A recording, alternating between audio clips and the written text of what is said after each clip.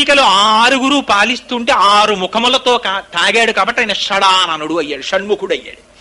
6 ముఖములతో పాలు కృత్తికల దగ్గర తాగాడు కాబట్టి కార్తికేయుడయ్యాడు.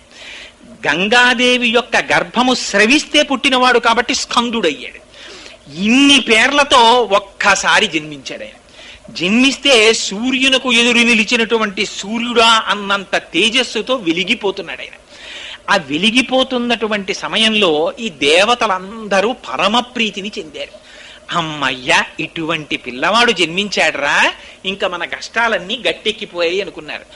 అక్కడే చెప్తారు, సవ్వరాయన యొక్క కాంతి చేత, శివరేతస్సు నుంచి ఏర్పడిన ధాతువుల కాంతి చేత సర్వం బంగారుమయంగా గోచరించిందిట. అంత కాంతులు పుట్టేశాయి.